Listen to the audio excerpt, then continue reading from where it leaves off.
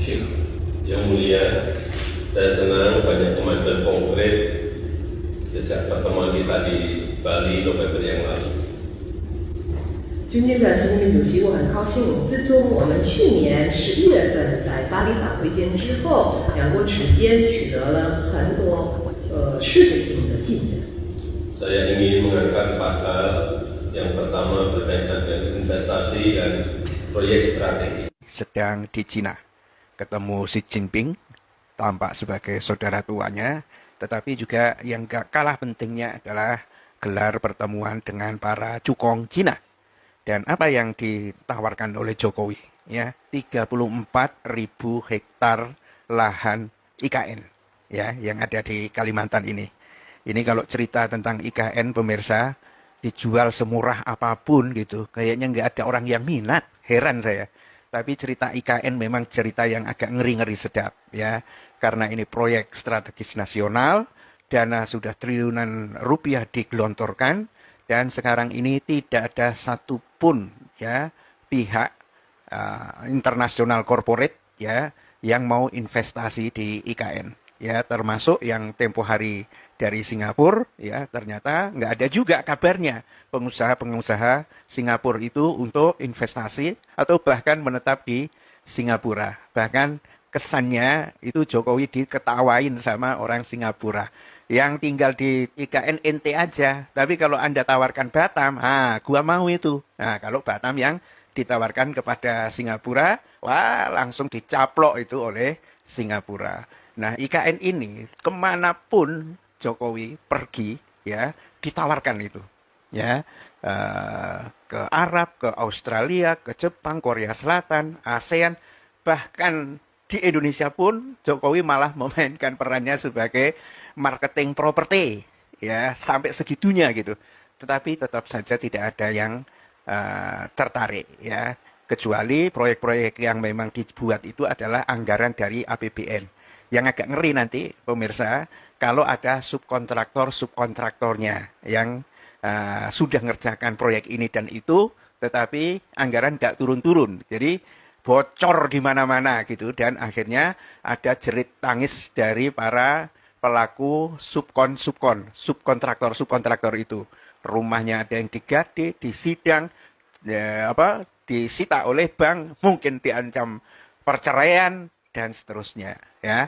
Nah, sekarang ini ketemu dengan cukong Cina, Jokowi juga tawarkan 34.000 hektar. Jumlah yang cukup luas. Ya, mungkin seluas kabupaten lah, atau seperti apa begitu, ya, jumlah luas lahan yang ditawarkan oleh Jokowi ini kepada Cina atau cukong-cukong Cina. Tapi apakah cukong-cukong Cina ini juga tertarik? Belum tentu juga, pemirsa.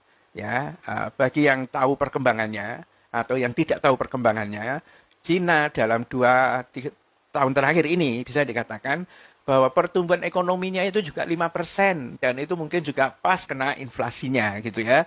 Jadi ekonominya juga stuck.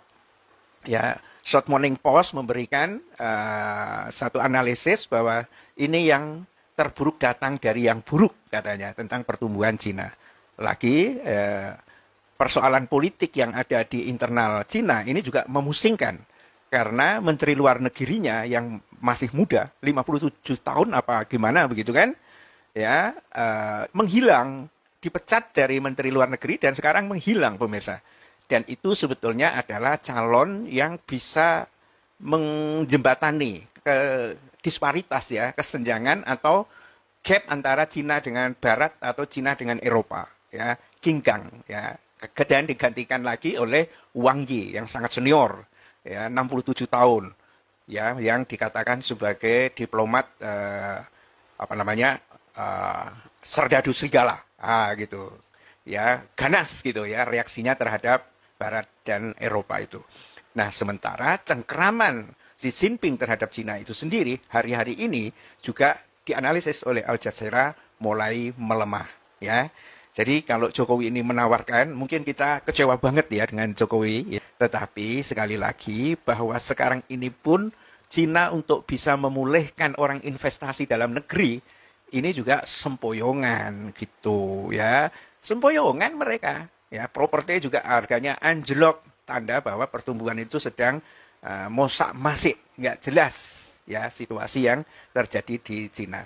Kalau dikasih gratis mungkin mau ya, tapi kalau suruh investasi di IKN ya keluar modal dan itu jangka panjang, oh saya tidak yakin bahwa Cina juga akan siap dengan seperti itu. Situasinya tidak sedang baik-baik saja karena Cina juga dianggap merupakan ancaman yang paling signifikan dan sekarang mulai dijauhi oleh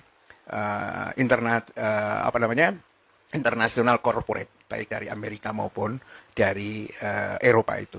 Tetapi mungkin ya nggak tahu bagaimana bacaan peta politik ekonominya dari istana, dari rejim Jokowi ini terhadap situasi Cina. Tetapi yang jelas ini ya situasinya tidak sedang baik-baik saja ya. Tetapi ya inilah namanya juga mungkin Jokowi juga dikejar oleh waktu bahwa sampai tahun 2024 kalau begini-begini aja wah menghadapi Anies yang kepilih jadi presiden bisa habis itu ya istilahnya Budi Ari masuk penjara semua itu ya mungkin saja bisa seperti